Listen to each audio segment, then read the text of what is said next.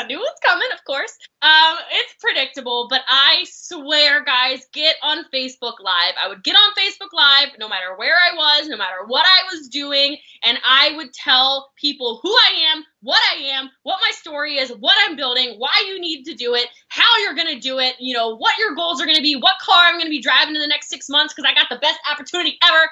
I would go bang, bang, bang, bang, bang, create vision in a Facebook Live, and I would launch full speed ahead, and I would respond quickly to people on Facebook Messenger. I think that's one of the weakest skill sets a lot of us powerful networkers have, is you do not talk to people when they respond to you. So let's connect with people more.